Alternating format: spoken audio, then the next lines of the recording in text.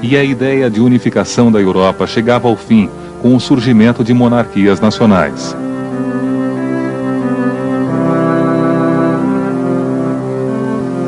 Através de uma aliança com a burguesia, os reis obtiveram dinheiro para formar exércitos, impor autoridade sobre os nobres e até mesmo sobre a igreja. Estava formada a base para o Estado moderno.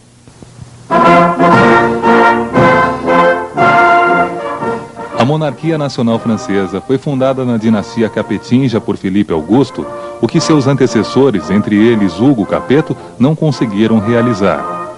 O apogeu da monarquia nacional francesa deu-se durante o reinado de Filipe IV, quando ele expulsou os mercadores estrangeiros do reino francês e influiu na escolha do Papa francês Clemente V, passando a sede da Igreja para a França. Já a monarquia nacional inglesa teve uma história bastante agitada. Em 1066, o Duque Guilherme da Normandia conquista a Inglaterra, e quase 100 anos mais tarde, um nobre francês, Henrique II, iria consolidar a monarquia. Porém, seu filho Ricardo Coração de Leão, ao sucedê-lo, iria passar 9 anos lutando na França, o que causou o enfraquecimento da autoridade real e o fortalecimento dos senhores feudais. Mesmo o sucessor de Ricardo, João Sem Terra, não conseguiu aumentar seu poder, sendo obrigado pela nobreza inglesa a assinar a Magna Carta, dando poderes ao Grande Conselho, formado por bispos, barões e condes. No final do século XIII e início do século XIV, o parlamento foi oficialmente criado e dividido em 2 câmaras. A Câmara dos Lordes, formada pelo clero e pelos nobres, e a Câmara dos Comuns, com os cavaleiros e os burgueses. Agora, os poderes do rei eram reduzidos pela Magna Carta e pelo parlamento. Essas 2 monarquias iriam travar a mais longa guerra da história da humanidade.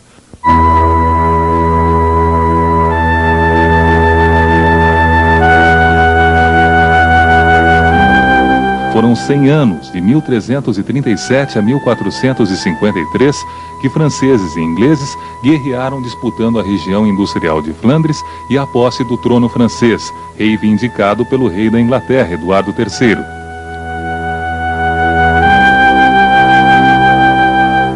Durante essa guerra, a fome iria enfraquecer as pessoas e a peste negra, um surto de peste bubônica, iria matar mais de 1/3 da população da Europa, um dos fatos mais marcantes de toda a história. Quando a guerra estava praticamente vencida pela Inglaterra, uma camponesa iria mudar a situação. Joana d'Arc seria para os soldados franceses um anjo enviado por Deus para liderá-los, exaltando o nacionalismo e reanimando o exército. Joana d'Arc foi capturada pelos ingleses e queimada na fogueira como bruxa. Isso iria estimular ainda mais a resistência francesa e em 1453 os ingleses foram totalmente expulsos da França.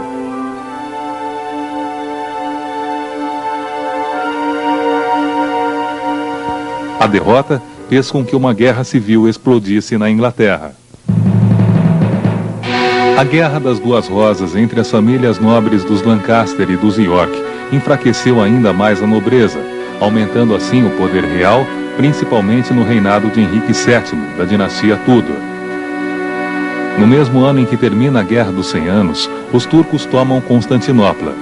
1453 seria o ano escolhido para marcar o início da Idade Moderna, que vai até a Revolução Francesa, em 1789.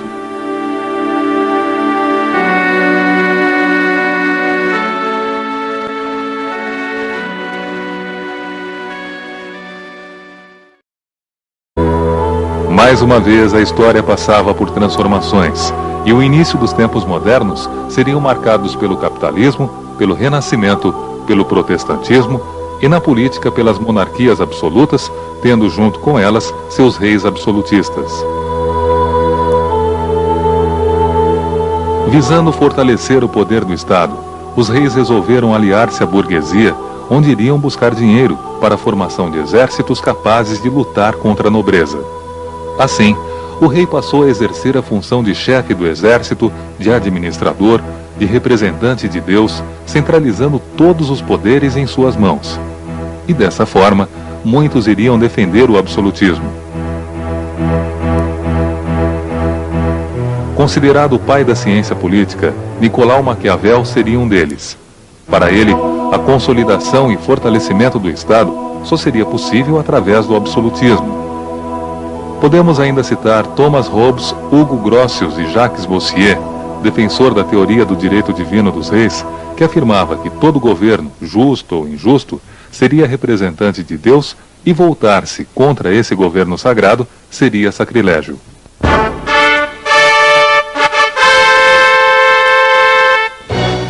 Dessa forma, a partir do século XVI, nascem os modernos estados europeus, e dessas nações vamos falar de duas: Inglaterra e França.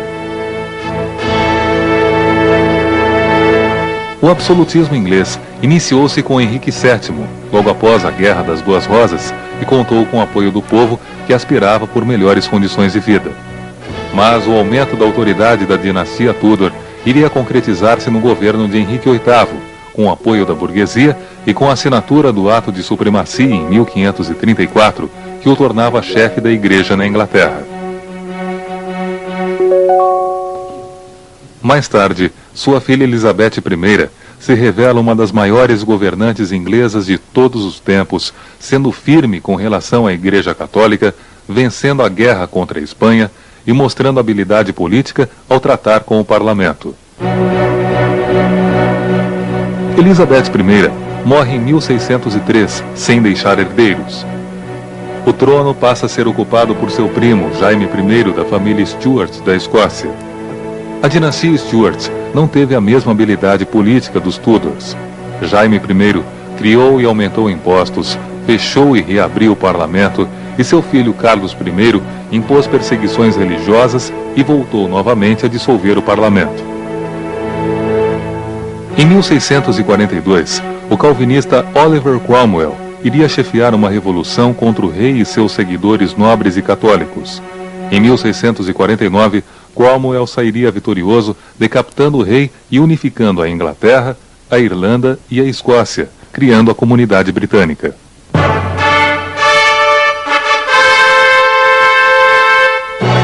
Além disso, assinaria o Ato de Navegação, determinando que as mercadorias importadas só poderiam entrar no país através de navios ingleses ou de navios do próprio país produtor, excluindo assim os intermediários. Isso agradou aos burgueses, que apoiaram seu governo até sua morte em 1658. Durante 2 anos, seu filho Ricardo iria governar, e em 1660, a dinastia Stuart iria voltar ao poder com Carlos II e posteriormente com Jaime II. Mais uma vez, seus atos iriam deixar descontentes os parlamentares, que tramaram com o holandês Guilherme de Orange, genro de Jaime II, a tomada do trono. A Revolução Gloriosa depôs Jaime II, encerrando o absolutismo inglês com a assinatura da Declaração de Direitos por Guilherme III, que passava ao parlamento poderes para dirigir o país.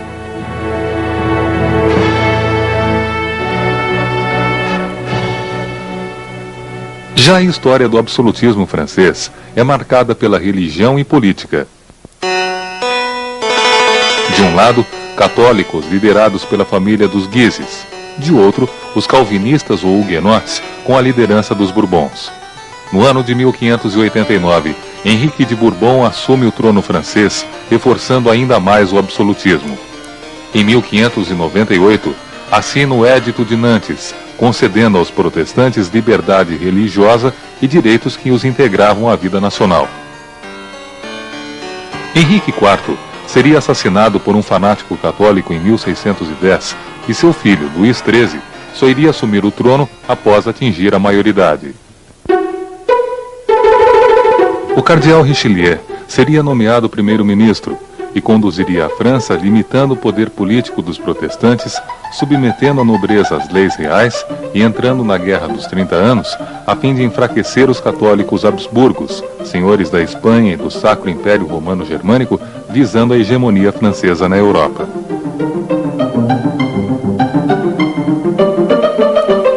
Mas o sucessor de Richelieu seria conhecido como o maior absolutista da Europa, Luís XIV.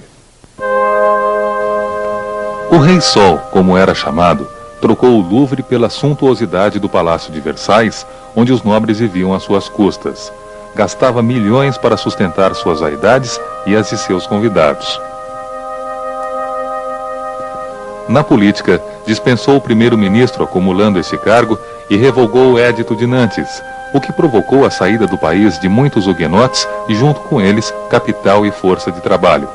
Luís XIV também envolveria a França em diversas guerras, o que desgastou ainda mais os cofres e a moral do país.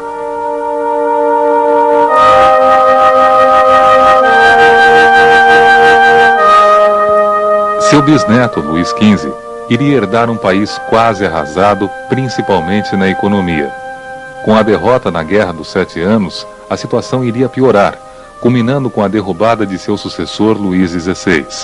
Seria o fim da dinastia dos Bourbons e o início de um novo marco na história, a Revolução Francesa.